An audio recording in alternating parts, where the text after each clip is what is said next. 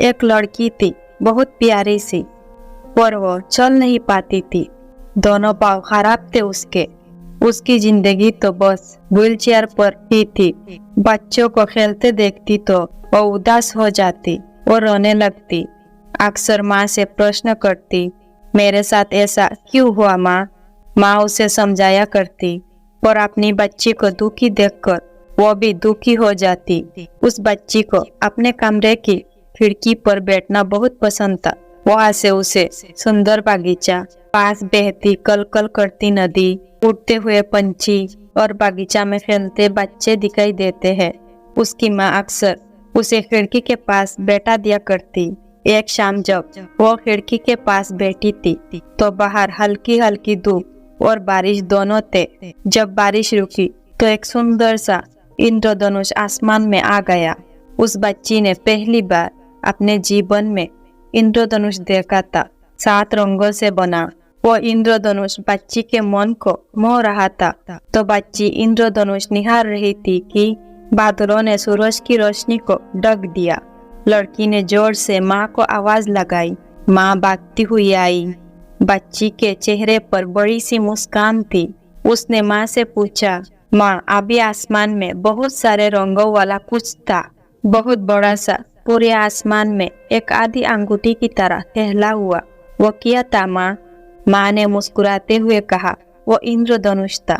जब आसमान में धूप और बारिश दोनों होती है तो वो बनता है।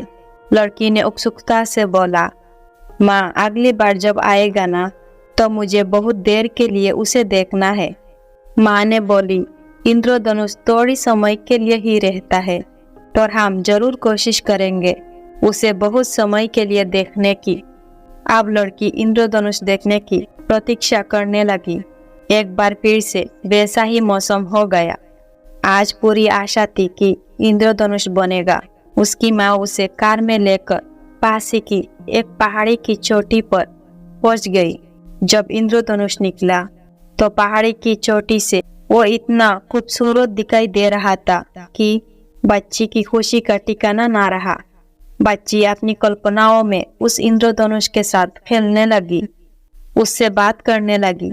वो दोनों बहुत खुश थे।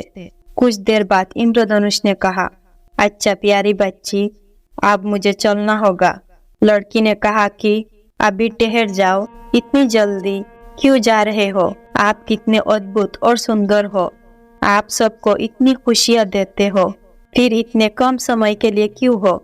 आप इस पर इंद्रधनुष ने मुस्कुराते हुए उत्तर दिया, जब ईश्वर ने मुझे बनाया था तो ही कहा था कि मेरा जीवन काल बहुत छोटा होगा। मैंने इसे स्वीकार कर लिया। मेरा रूप अद्भुत हो गया। मैं बहुत खूबसूरत रंगों से ढल गया। फिर मैंने सोचा, मेरा जीवन काल छोटा है तो क्या हुआ? मैं इस छोटे से जीवन काल में ही दूसरों को खुशियाँ दूंगा। बच्ची इंद्रधनुष की बातों से बहुत प्रभावित हुई। उसकी बातें लड़की को बार बार याद आती रही। फिर बच्ची ने सोचा, ईश्वर ने मुझे जो दिया है उसे स्वीकार करना चाहिए। मुझे इस विकलांगता को स्वीकार करना चाहिए, जैसे इंद्रधनुष ने किया। अपने छोटे से जीवन काल को स्वीकार। मुझे भी इंद्रधनुष की तरह दूसरों को खुशियाँ देनी चाहिए। फिर वो बच्ची दूसरे बच्चों के बीच जाकर समय बिताने लगी। वो खुश रहने लगी और दूसरों की खुशियों का कारण बनने लगी। दोस्तों, जीवन में कुछ परिस्थितियां लॉटरी की तरह होती है।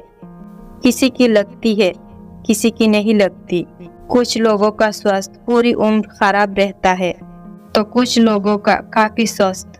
कोई छोटी आयु वाला होता है तो कोई बड़ी आयु वाला। चाहे परिस्थिति जो भी हो, अगर हमें खुश रहना है तो उसी की एक चाबी है स्वीकृति।